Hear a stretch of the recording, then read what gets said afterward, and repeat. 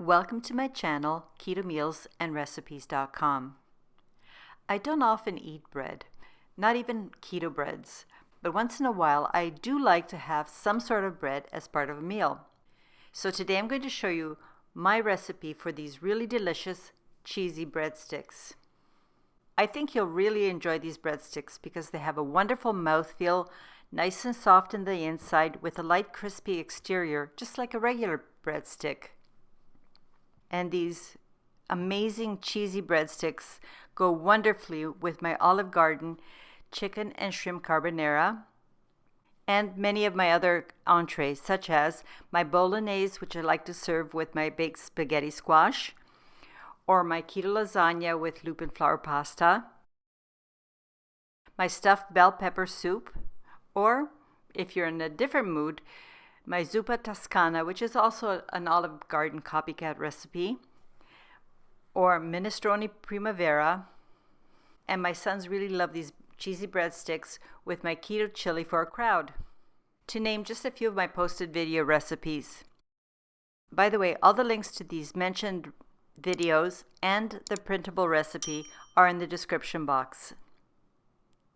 So that you can decide how many breadsticks you can enjoy, the macronutrient ratio for each cheesy breadstick is 2.1 to 1, with 7.2 grams of total carbs, 1.9 grams of soluble fiber, 1.9 grams of insoluble fiber, resulting in 3.4 grams of net carbs per 75 gram tasty breadstick. Now let's get started. Begin by getting a large mixing bowl to which you are going to add all your dry ingredients. I start with my almond flour, the lupin flour, baking powder, baking soda, and finally ground salt. Whisk all of these ingredients very well. You want to break up any clumps and make sure that all the ingredients are well combined. Next, get your eggs and separate them into two bowls, one for the egg whites and the other for the egg yolks. You're not going to use the egg yolks. Set your yolks aside for another recipe. As I said, we're only using the egg whites, which you pour into the bowl and whisk to combine with the dry ingredients.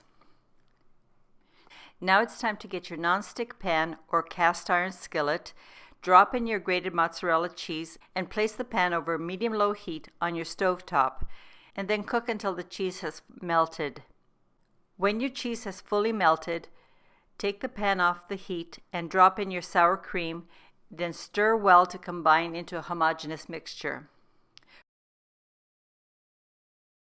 Pour this cheese mixture into the bowl with the dry ingredients and stir well to combine. At this point, because the cheese is very hot, it's too hot for me to handle, so I'm going to let it rest for about 10 minutes. When the dough mixture is easy to handle, I scoop out 2.6 ounces or 75 grams of the dough. Keep the dough in your hands and shape it into a log. Then place the dough log onto your parchment-lined cooking surface and starting to roll from the center, spread out towards the end. You want to keep rolling until the breadstick is about 10 inches or 25.4 centimeters in length. Once you've reached the right length, transfer to a parchment-lined baking sheet and repeat until you have rolled out all of the dough into breadsticks.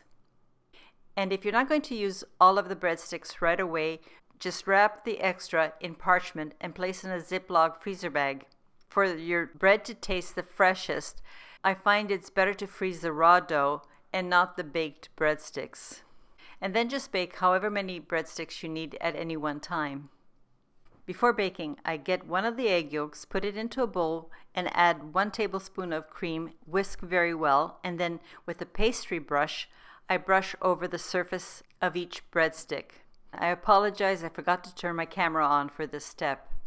Now it's time to place your tray of breadsticks into your preheated oven, which is set to 400 degrees Fahrenheit or 200 degrees Celsius. Then bake for 20 to a maximum of 25 minutes, no longer. You want the surface of the breadsticks to have a nice honey golden brown color. When your breadsticks are done, remove the tray from the oven and immediately transfer the breadsticks to a cooling rack. These breadsticks are good when cooled to room temperature, but they are really amazing when they're still warm. If you should happen to have extra breadsticks, you can store the extra breadsticks in an airtight container and keep it in your fridge for 3 to 4 days. I really hope you enjoyed this recipe. Thank you very much for taking the time to watch my video. Please come back when I post my next video, and until next time, I hope you have a very healthy and happy day. Cheers!